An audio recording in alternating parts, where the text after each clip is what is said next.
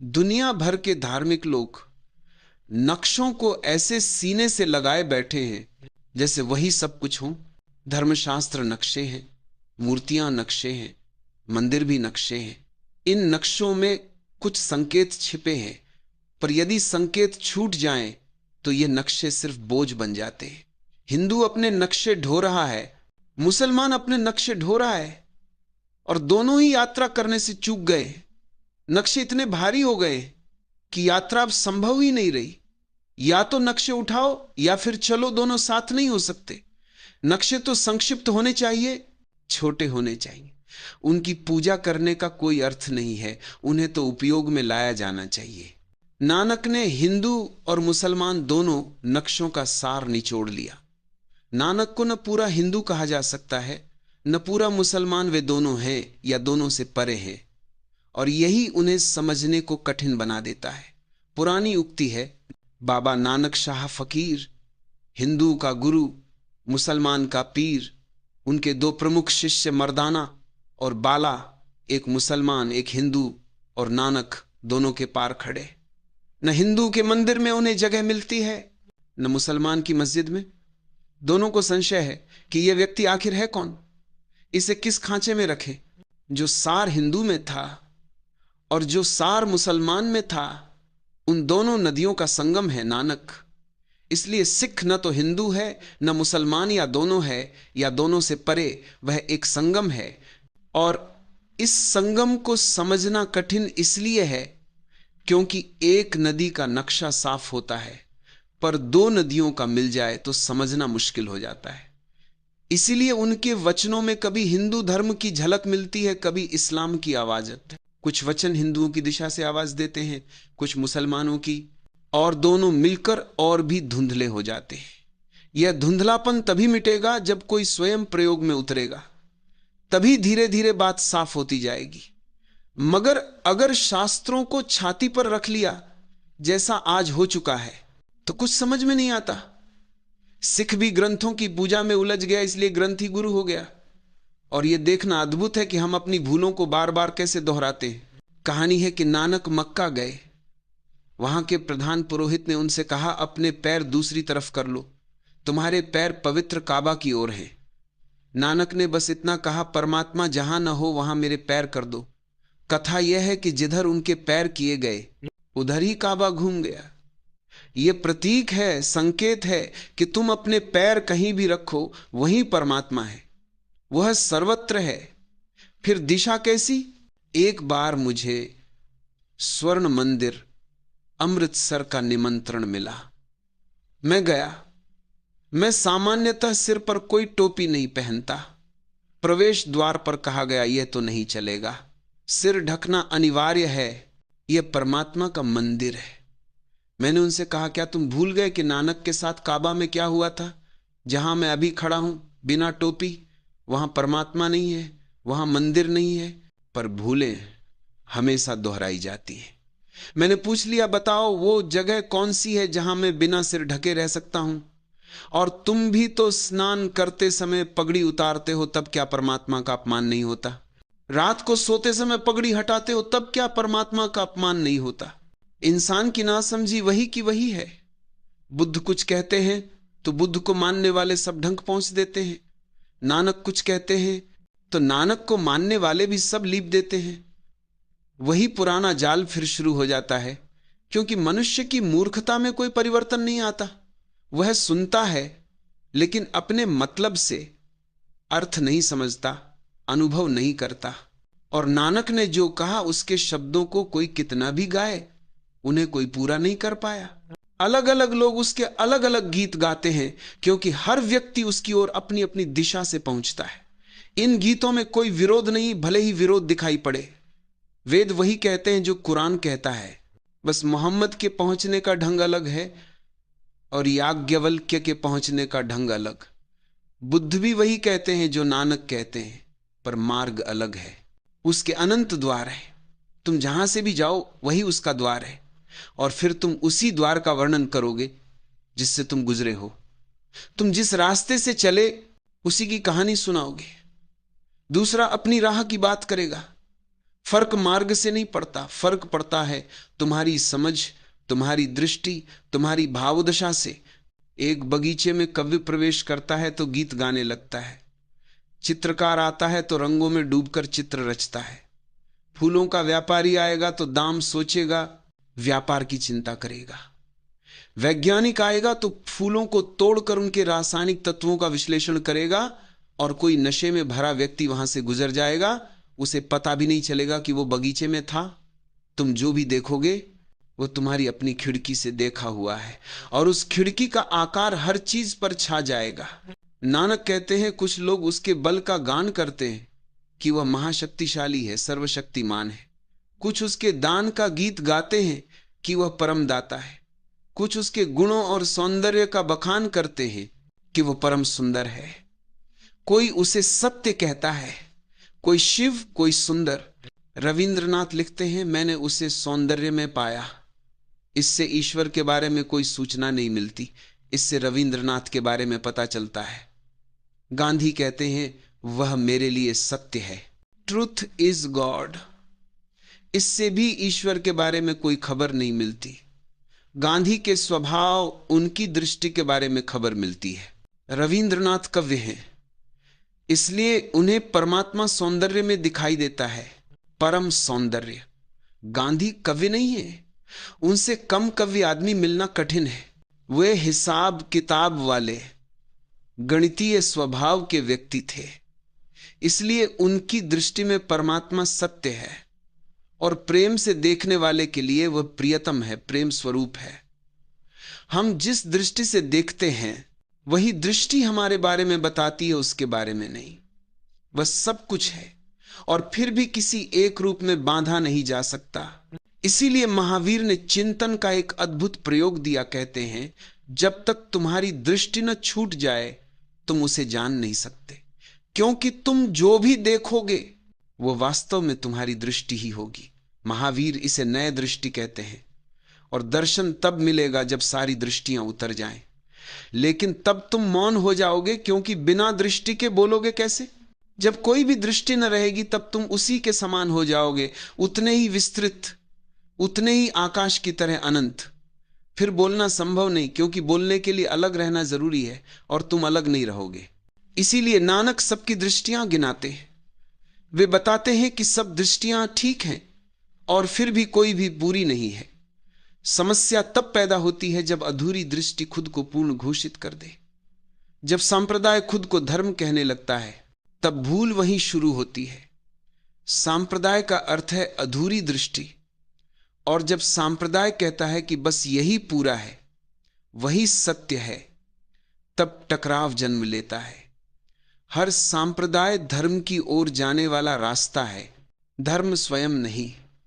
यदि हम सभी दृष्टियों को जोड़ दें, जो हो चुकी हैं, जो हैं और जो भावी हैं, तो धर्म का पूर्ण रूप सामने आता है। कोई भी एक संप्रदाय धर्म नहीं है। संप्रदाय शब्द बड़ा सुंदर है, उसका अर्थ है मार्ग, और धर्म का अर्थ है मंजिल। मंजिल एक है, मार्ग अनेक है। नानक कहते हैं, कोई उसके बल का गान करता है, कोई उसके गुणों का, कोई उसके दान का गीत गाता है, कोई उसके सौंदर्य की चर्चा करता है, कोई उस विद्या का वर्णन करता है जिसकी कल्पना मुश्किल है। कोई कहता है उसने शरीर रचा है, वही शरीर को मिटाता है। कोई कहता है जीव फिर उसी से देह ग्रहण करता है। कोई उसे बहुत दूर दिखाई देता है, कोई कहते हैं वो बहुत निकट है। कोई गाते हैं कि वो हमें देख रहा है, सर्वव्यापी है, उसके गुणगान का कोई अंत नहीं आता। कथना कथी न आवई टोटी, कहते कहते थक जाओ, उसके गुणों का छोर नहीं मिलता। कथी कथी कथी कोटि कोटि कोटि करोड़ करोड़ करोड़ बार कहा जाए, फिर भी वो अनकहा ही रह जाता है। दाता देता ही चला जाता है, लेने वाले लेते लेते थक जाते हैं, पर उसकी देने की धारा थमती नहीं। ये बात बहुत गहरी है। जीवन वही देता है, श्वास वही चलाता है, धड़कन में वही धड़कता है, वो देता चला जाता है बिना किसी प्रतिदान की अपेक्षा के।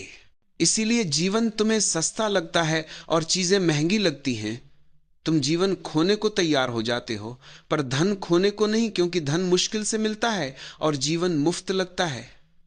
उसने जो भी दिया है मुफ्त दिया है, तुमने बदले में कुछ नहीं दिया। और जिस दिन भीतर यह प्रश्न उठे कि मुझे जो मिला है उसमें मेरी पात्रता क्या है, अगर मैं नबी होता तो किसे हर्ज था, मेरे भीतर जीवन की जो संभावना बनी, चेतना का जो फूल खिला, अगर न खिलता तो किससे शिकायत करता। मेरी योग्यता क्या थी कि मुझे यह मिला, मैंने क्या अर्जित किया था। दुनिया में छोटी छोटी चीजों के लिए योग्यता चाहिए। क्लर्क बनने के लिए योग्यता चाहिए, शिक्षक बनने के लिए योग्यता चाहिए, तुम अर्जित करते हो। पर जीवन के लिए तुमने क्या अर्जित किया? वह तो दान है, निःशर्त, निस्वार्थ, बिना किसी कीमत के। और जिस दिन यह समझ भीतर उतरती है, उस दिन प्रार्थना का जन्म होता है। तब मन पूछता है, मैं क्या करूं, मैं कैसे कृतज्ञता प्रकट करूं, मैं तेरे क्षण को कैसे चुका सकूं। प्रार्थना मांग नहीं है, प्रार्थना वह धन्यवाद है जो पहले से मिला है। प्रार्थना के दो रूप हैं, तुम मंदिर जाते हो और मांगते हो, इसलिए तुम्हारी प्रार्थना झूठी है। नानक भी जाते थे, पर वे मांगने नहीं जाते थे, वे धन्यवाद देने जाते थे। वे कहते थे, जो तूने दिया है वह मेरी पात्रता से परे है, कोई कारण नहीं कि मुझे मिले, कोई योग्यता नहीं। नबी मिलता तो शिकायत करने का तो कोई उपाय ही नहीं, और वो देता चला जाता है।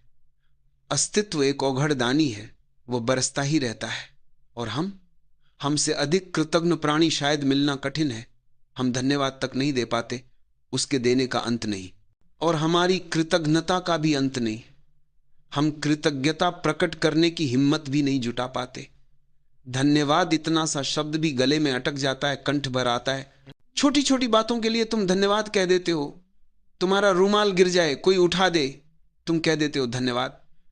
और जिसने तुम्हें जीवन दिया उसकी ओर तुम कभी धन्यवाद देने भी नहीं गए, और जब भी गए शिकायत लेकर गए।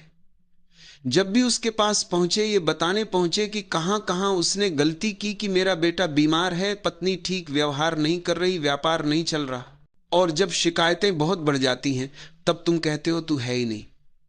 अगर होता तो मेरी बातें सुनता, मेरी इच्छाएं पूरी करता। नास्तिकता का अर्थ यही है। शिकायतें इतनी बढ़ गईं कि तुम परमात्मा को मानने की स्थिति में नहीं रहे। शिकायतों की आग में तुमने परमात्मा को ही मार दिया। आस्तिकता क्या है?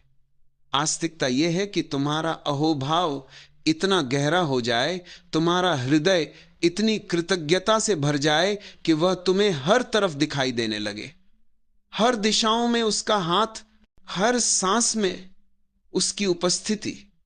आस्तिकता कृतज्ञता की परम अवस्था है, नास्तिकता शिकायत का अंतिम रूप। नानक कहते हैं, दाता देता ही चला जाता है। लेने वाले लेते लेते थक जाते हैं, लेकिन दाता नहीं थकता। अनादिकाल से जीव उसका भोग कर रहे हैं, पर उसका अंत नहीं। तुम जितना भी भोग लो उसे चुका नहीं सकते। तुम्हारा भोग वैसा है जैसे कोई चम्मच लेकर सागर को खाली करने बैठ जाए। संभव है कि चम्मच कभी सागर को खाली कर दे, क्योंकि दोनों की सीमा है। लेकिन तुम अस्तित्व को खाली नहीं कर सकते, क्योंकि उसकी कोई सीमा नहीं है। अनंत काल से तुम रूप रूप में उसका आनंद ले रहे हो, और तुम्हारे हृदय से धन्यवाद का एक शब्द भी नहीं उठा। एक बार भी तुमने आकाश की ओर आंख उठाकर नहीं कहा कि मैं धन्य हूं, जो मिला है वह अनंत है, अपार है। जब भी गए शिकायत लेकर गए, जब भी कुछ कहा नाराजगी कही, मानो तुम्हारी योग्यता बहुत है और मिला कम है। कुछ दिन पहले दिल्ली से एक बड़े अधिकारी मिलने आए, ऊंचे से ऊंचे पद पर, और जितना ऊंचा पद उतनी ऊंची शिकायतें, क्योंकि उन्हें लगता है अब तो मंत्री होना चाहिए। तुम चाहे कितनी ही बार उसके विरुद्ध जाओ, वो तुम्हें छोड़ता नहीं। तुम लाख उसकी अवज्ञा करो, वो तुम्हें त्यागता नहीं। वो तुम्हारे द्वार पर खड़ा रहता है, ठीक उसी तरह जैसे एक मां अपने भटके हुए बच्चे को पुकारती रहती है। फर्क इतना है कि मां की पुकार किसी दिन थक जाती है, किसी दिन बुझ जाती है। परमात्मा की पुकार न थकती है न बुझती है। तुम्हारे भीतर उसका हुक्म, उसका आदेश, उसकी दिशा सदा मौजूद रहती है। बस तुमने उसकी तरफ से अपनी खिड़कियां बंद कर ली हैं। तुम सोचते हो अंदर कोई आवाज नहीं आती, पर आवाज आती है। बस तुमने अपने ही शोर को इतना बढ़ा लिया है कि उस सूक्ष्म स्वर को सुन ही नहीं पाते। सुनने के लिए बस एक क्षण चाहिए, एक विराम, एक ठहराव, और वह हुक्म तुरंत प्रकट हो जाता है। धार्मिक आदमी वह है जिसने अपने भीतर के शोर को स्थिर किया, जिसने अपने अहंकार के कोलाहल को थोड़ा शांत किया। फिर धीरे धीरे उसे हर कदम पर मार्गदर्शन दिखाई देने लगा। जहां जहां वो जाता है उसे लगता है मैं अकेला नहीं चल रहा, कोई साथ साथ चल रहा है। और अधार्मिक आदमी वो जीवन भर यही सोचता रहता है कि मेरे साथ अन्याय हुआ है। उसकी नजर में दुनिया, लोग, भगवान सब दोषी हैं। वो कहीं देख नहीं पाता कि उसे जो मिला है वो उसके कर्म से कहीं ज्यादा है। उसके पास एक सूरज है, एक आकाश है, श्वास है, जीवन है, और वह इनके लिए कभी धन्यवाद नहीं करता। धार्मिकता की पहली सीढ़ी है कृतज्ञता। जब तुम्हारे भीतर आभार का पहला फूल खिलता है, तभी पहली बार तुम्हें भीतर से असली आवाज सुनाई देती है, हुक्म का पहला स्पर्श मिलता है। फिर तुम देखते हो जीवन तुम्हारे विरोध में नहीं है, जीवन तुम्हारे लिए है, समस्त अस्तित्व तुम्हारे साथ है। और जिसे यह अनुभव हो जाए वो शिकायत कैसे कर सकता है? वह तो जहां खड़ा है वही विनीत होकर झुक जाता है, कहता है दाता तू देता ही चला जाता है। मैं ले लेकर थक गया पर तू थकता नहीं। कितना ही बुरा करो, परमात्मा तुमसे कभी निराश नहीं होता। वह तुम्हें कभी इस स्थिति में नहीं मान लेता कि अब कुछ भी नहीं हो सकता। तुम उसके लिए कभी असाध्य नहीं हो। तुम्हारा रोग कितना भी गहरा क्यों न हो जाए, उसके पास उपचार हमेशा है। परमात्मा की आशा अनंत है, उसकी संभावना अनंत है। एक सूफी फकीर था बायजीद।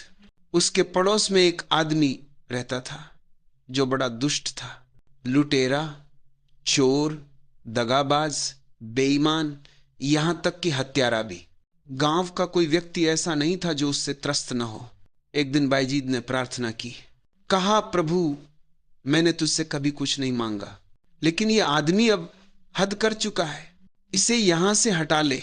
तभी भीतर से आवाज आई, मैं तो उससे नहीं थका, तू उससे क्यों थक गया? और जब मुझे अभी भी उस पर भरोसा है तो तू भी भरोसा रख। कितने ही जन्मों तक तुम पाप करते रहो, तुम परमात्मा को थका नहीं सकते। न अपने भोग से, न अपने अपराधों से। वह तुम्हें पुकारता ही रहता है, उसकी आवाज कभी बंद नहीं होती। बस तुम थोड़ा शांत हो जाओ तो वो धीमी पुकार तुम्हें तुरंत सुनाई देगी। हर बार जब तुम कोई कदम उठाते हो तभी वह भीतर से संकेत देता है। नानक इसलिए कहते हैं हुक्मी हुक्मू चलाए राह। वह हर क्षण हुक्म देता है, मार्ग दिखाता है। तुम्हारे भीतर जो अंतःकरण छिपा है वही उसकी आवाज का यंत्र है। यहीं से वो बोलता है। कुछ भी करने से पहले बस एक पल आंखें बंद करना और उस आवाज को सुन लेना। अगर तुम उसके अनुसार चलते हो तो जीवन में आनंद की अपरंपार वर्षा होगी, और अगर तुम उसके विरुद्ध चल पड़े तो नर्क भी तुम स्वयं ही रच लोगे। आवाज न सुनना अपने ही अस्तित्व से पीठ फेरने जैसा है। यह सबसे खतरनाक कदम है। इसलिए कुछ भी निर्णय करने से पहले एक क्षण ठहरो, शांत हो और भीतर से पूछो। यही सारे ध्यान का मूल सूत्र है। पहले हुक्म को खोजना, फिर उसी के अनुसार चलना। अब एक भी कदम हम बिना उसके हुक्म के नहीं उठाएंगे। पहले आंख बंद करेंगे, पहले उसकी आवाज सुनेंगे। हम अपनी आवाज से नहीं, उसकी आवाज से चलेंगे। और जिस दिन यह कुंजी तुम्हें मिल जाए उस दिन यह कुंजी अनंत द्वार खोल देती है, क्योंकि यह कुंजी बाहर नहीं, तुम्हारे भीतर ही छिपी है। हर बच्चा इसे लेकर आता है, लेकिन हम क्या करते हैं? हम बुद्धि का विकास करते हैं और अंतःकरण को अधूरा छोड़ देते हैं। अंतरात्मा का जो कॉन्शियंस है वह अविकसित ही रह जाता है, और उसके ऊपर हम बुद्धि के इतने विचार, इतनी परतें, इतनी धूल जमा देते हैं कि भीतर की आवाज गूंजती भी रहे तो हम सुन ही नहीं पाते। इस भीतर की आवाज को सुनने की कला ही ध्यान है। ध्यान का अर्थ है उसके हुक्म को खोजना, उसकी मर्जी को समझना।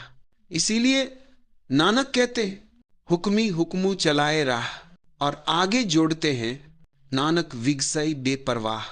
नानक कहते हैं वह बेपरवाह है और आनंदित है। बेपरवाह यानी चिंता मुक्त। वह देता है, देता ही चला जाता है, लेकिन देने के बाद कोई अपेक्षा नहीं रखता। उसकी आवाज आती रहती है, तुम सुनो या न सुनो, वो रुकती नहीं। तुम परवाह करो या न करो, वह परवाह नहीं करता। तुम कहो बहुत हो गया, इसे बंद करो, इस आदमी को हटा लो, पर वह तो मुस्कुराएगा भी नहीं, वो चिंतित नहीं होता। तुम उसे चिंतित कर ही नहीं सकते। और जिसका हृदय परमात्मा से छू जाता है, जो उसकी प्रतीति पा लेता है, उसे भी चिंतित नहीं किया जा सकता। वह एक साथ परवाह करने वाला भी होता है और बेपरवाह भी। He will be simultaneously concerned and unconcerned. तुम्हारा दुख वह सुनेगा, तुम्हारी पीड़ा को हृदय से लेगा, लेकिन तुम्हारे दुख से उसे बेचैनी नहीं होगी।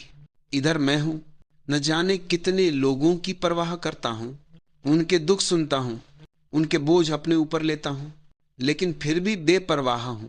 तुम अपना दुख लेकर आते हो, मैं तुम्हारी पूरी परवाह करता हूं, लेकिन तुम मुझे चिंतित नहीं कर पाते। तुम्हारे दुख से मैं दुखी नहीं हो जाता, क्योंकि अगर तुम्हारे दुख को मैं ही ओढ़ लूं तो फिर तुम्हें सहारा कैसे दूंगा। जरूरी है कि तुम्हारे दुख को मैं समझूं, पूरी सहानुभूति से महसूस करूं, उसका उपाय खोजूं, लेकिन तुम्हारी चिंता मुझे घेर न ले। यह भी उतना ही आवश्यक है कि कल जो मैंने तुम्हें कहा था तुम न करो, और तुम अक्सर नहीं करोगे, तो भी मेरे भीतर रत्ती भर नाराजगी न उठे। ये न लगे कि मैंने इतनी परवाह ली और तुमने उसे निभाया नहीं। तुम कल फिर आओगे अपने ही ढंग से, अपने ही बोझ के साथ, और मैं फिर वही परवाह करूंगा, लेकिन भीतर से बेपरवाह बना रहूंगा। परमात्मा भी ऐसा ही है, उसे पूरे जगत की परवाह है और फिर भी वह बेपरवाह है। वह हर क्षण तैयार है तुम्हें उठाने को, तुम्हें संभालने को, तुम्हें रूपांतरित करने को, लेकिन उसके भीतर कोई जल्दी नहीं, कोई आग्रह नहीं। तुम सोचो कि कुछ देर और भटकने का मजा लेना है, तो वह भी बेपरवाह है। उसकी परवाह का कोई अंत नहीं, लेकिन उसकी परवाह अनासक्त है, इसीलिए वह आनंदित है। नहीं तो तुम सोचो, तुम जैसे करोड़ों लोग, तुम्हारे जैसे करोड़ों उपद्रव, तुम्हारी तरह की हजारों उलझने, और परमात्मा एक, अगर वह आसक्त होता तो अब तक पागल हो चुका होता। अस्तित्व केवल इसीलिए स्वस्थ है क्योंकि वो बेपरवाह है। लेकिन याद रखना, बेपरवाह का अर्थ उपेक्षा नहीं है, यह बहुत सूक्ष्म है। तुम्हारे प्रति उसका पूरा पूरा भाव है, तुम्हें ऊपर उठाने का, तुम्हें नया बनाने का, तुम्हें प्रकाश की ओर ले जाने का। लेकिन वो आक्रमण नहीं करता, वो प्रतीक्षा करता है, निरंतर शांत अडिग। जैसे सूरज हर सुबह तुम्हारे द्वार पर आता है, किरणें तुम्हारे बंद दरवाजों को छूती हैं, तुम्हें बुलाती है, लेकिन सूरज कभी जोर जबरदस्ती नहीं करता। तुम अंदर बैठे रहो, दरवाजा बंद रखो, वह नाराज होकर नहीं लौटता, वह रुकता है धैर्य से, प्रेम से, बिना शिकायत। और जिस क्षण तुम दरवाजा खोलते हो, वो बिना शोर किए भीतर आ जाता है, उसी उजास के साथ, उसी गर्माहट के साथ, उसी करुणा के साथ।